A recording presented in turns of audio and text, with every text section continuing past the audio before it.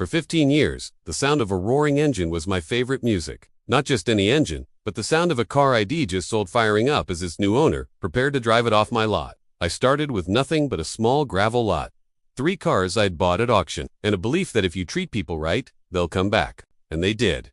We grew. We moved to a bigger location with a proper showroom and a 2-bay service garage. At first, I chalked it up to a slow week. It's the end of summer. People are on vacation, I'd tell myself.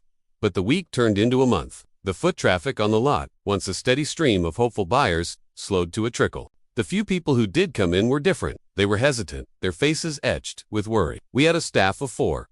Me, my mechanic Dav, a grizzled old-timer who could diagnose an engine knock just by listening to it, 10 too young. Hungry salespeople.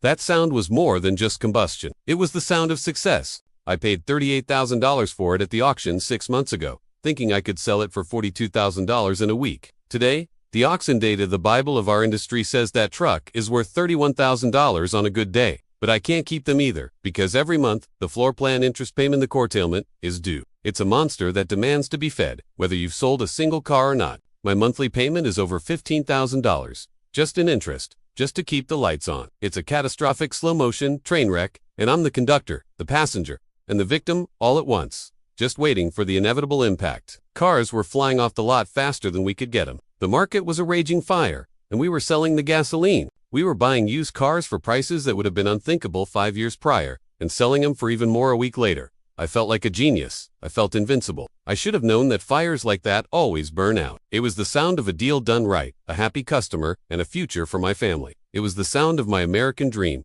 built on asphalt, steel, and handshakes. My name is Frank, and Frank's Finest Autos wasn't just a business to me, it was my identity. Became the first question, not can I take it for a test drive. The last few years, during the post-pandemic boom, were insane. It felt like we couldn't do anything wrong. The nightmare didn't start with a crash or a bang. It started with silence. It began around 6 months ago. The phones, which used to ring off the hook with people asking about our inventory, grew quiet.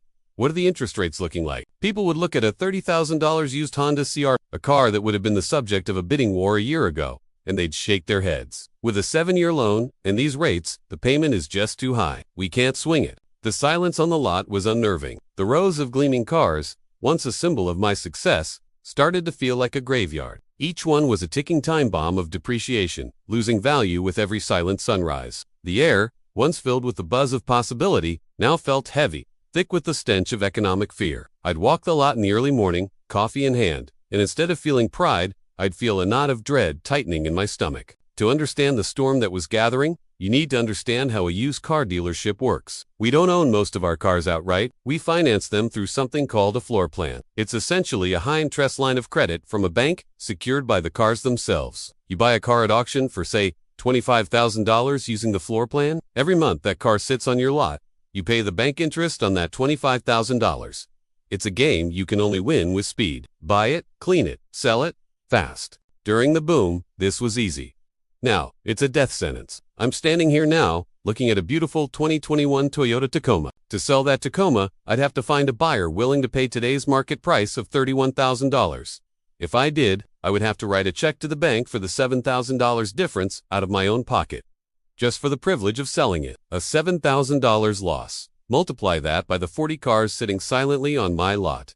Do the math. It's a hole so deep you can't see the bottom. So, I can't sell them without going bankrupt. The bank manager, a guy named Peterson, used to be my friend. We'd golf together. He'd slap me on the back at the Christmas party and call me his star client. His calls don't sound so friendly anymore. Last week, the impact came in the form of his cold, clinical voice over the phone. Frank, he started. No pleasantries. We're seeing the market reports. Values are dropping fast. And frankly, your turnover rate has fallen off a cliff. We're getting nervous. I tried to sound confident, a skill you mastered in this business. Frank, your floor plan is up for review. We're sending an auditor at the end of the month to verify your inventory. We're going to need a significant curtailment payment to bring your line of credit back in line with the actual value of your assets. It's just a market correction. Pete, we're lean, we're mean, we'll weather it. The silence on the other end of the line was heavy.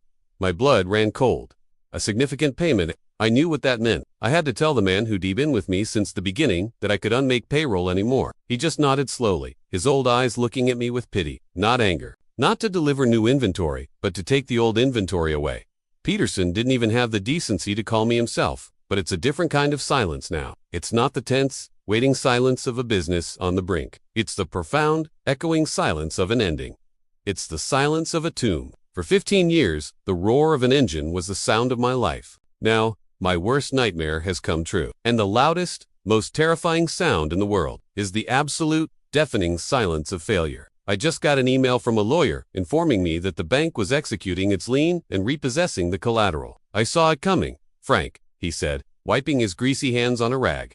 It ain't your fault. The whole world's gone crazy. He packed his tools in silence and walked away, and with him went the last soul of my dealership. He wanted a massive check to cover the depreciation on all my aging inventory. He walked the lot, scanned the VANG numbers, and his tablet did the math. The conversation was short. My debt was far greater than my assets. But it's not my dealership anymore. It's just an empty building on a vacant lot. The colorful flags are gone. The signs are down. The cars, all the cars are gone. A check I didn't have the cash to write. That night, I didn't sleep. I just lay in bed, staring at the ceiling, my heart pounding in my chest. We did that for every single car. We blasted social media. We put up huge, ugly signs. Everything must go. Dealership, closing, sale. I was sacrificing my reputation and my future, one massive discount at a time.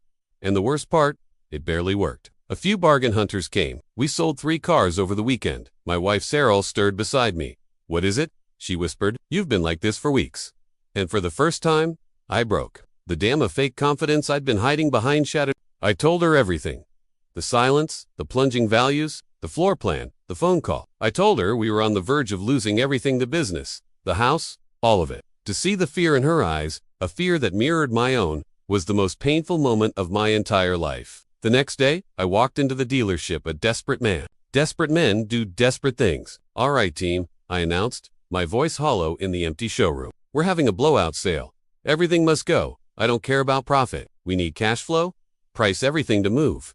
Today, we slashed prices. That Tacoma, I was trying to get $42,000 for. I listed it for $31,500, a guaranteed $6,500 loss. The final nail in the coffin was letting Dave go. The auditor came yesterday. He didn't need a clipboard. He had an iPad. This morning, 2 tow trucks arrived. I'm standing in the middle of my dealership now. The silence is back.